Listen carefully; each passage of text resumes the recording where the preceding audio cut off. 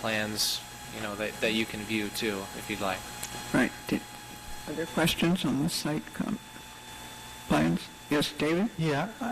Well, I guess it's more of a comment than a question, but regarding the traffic study or the lack of a need for a traffic study, and specifically in regard to the rear exit onto Mount Lucas Road, I'm just aware, this is a route that I take with some frequency, and making a left turn from Mount Lucas onto, I guess it's Cherry Hill. I'm not sure if it's Princeton Ave or Cherry Hill at that location, but it can be very challenging. There's a lot of traffic on Cherry Hill and Princeton, and if the only entrance to this site is off of, oh, actually, it shouldn't be relevant. This is a block away from that. Yeah. Never mind. And I think that's one of the positive elements, is that there was an entrance on Mount Lucas, which, vehicles tend to whip through there, as you're aware. So to eliminate that and consolidate it a significant distance from the corner at this location is an improvement. In terms of the 39 peak traffic count, where did that estimate come from? Because it does seem, if there are 125 parking spaces and it's typical office use, which will tend to be concentrated, at beginning and end of standard workday, it would seem you would have more than 39 trips coming into the site around 9 a.m. and leaving around 5 p.m. Is that, how did you arrive at that number? We base that on the trip generation parameter by the Institute of Transportation Engineers for office building use. So that's how we arrived at that parameter. Yeah, I'd just like to follow that up, but that's one of the things that we raised in our report. The trip generation, not to get into too much of the minute details, but the trip generation manual provides a couple different ways to calculate the number of trips. And looking at the fitted equation method, which we looked at, is slightly more conservative.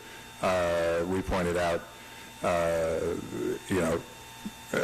looks like on the order of about 50% more, around 65 trips in the morning, and I think about 100 in the afternoon, although we noted in our report that seems kind of high side, that 80-some% would arrive and depart in a single hour.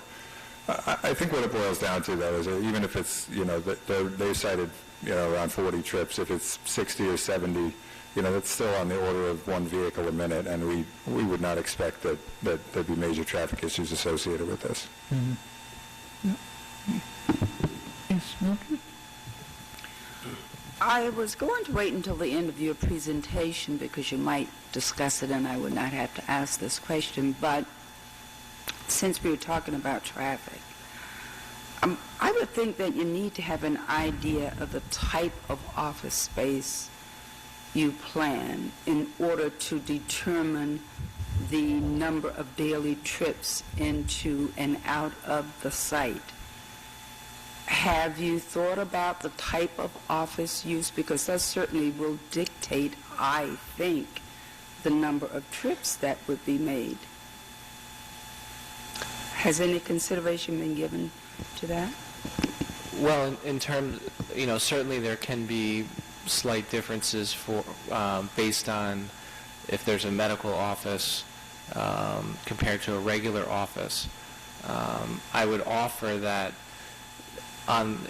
given the building at 25,000 square feet, and Mr. Yedlin might be able to speak to this more specifically, but his present operation, he has quite a few tenants, as I understand, occupying the space of smaller units. So our expectation is that there would be some, diversity in the type of office use on the property. That's not to say that there wouldn't be any medical use, but certainly with 25,000 square feet, with his current operation, some diversity in that. So we wouldn't see that as anything significant or substantial. Yes, Mr. Williamson? Thanks. I'm just curious. You have 4 reserved spaces for low-emission vehicles. What's the standard for what you define as a low-emission vehicle, and how is it enforced that only those vehicles use those spaces? Well, as part of our plan, we have signage that's indicating that at those particular locations. And then also, I know that certain vehicles are designated and labeled as low emission relative to whether they're hybrid type vehicles or not. So I think in terms of enforcement, it's a little bit more on the honor system and enforcement of Mr. Yedlin as the property owner. But certainly, we would hope that people would see this and do the right thing, and we're trying to provide opportunities for that to happen. I'm not sure It's a great idea. I just think, it's something that you may want to expand like later on, just to enforce, to basically promote better environmental awareness. It's a great idea.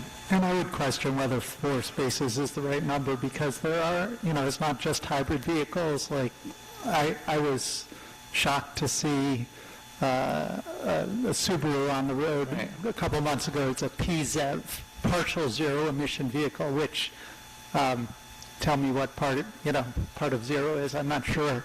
But actually, I looked it up, and under certain conditions of operation, it's a zero emission vehicle. In other conditions, it's not. So the point is that there could be an increasing number of reduced emission vehicles out there. I mean, if you drive around Princeton, you see, it seems like every other car is a Prius, right? So to have just 4 spots out of this parking lot, and I don't, if you go to Whole Earth, for instance, they have a smaller parking lot than this, and they've got maybe 8 low-emission vehicle parking spaces. So I don't see any downside to increasing the number. I would suggest more. Anyone else?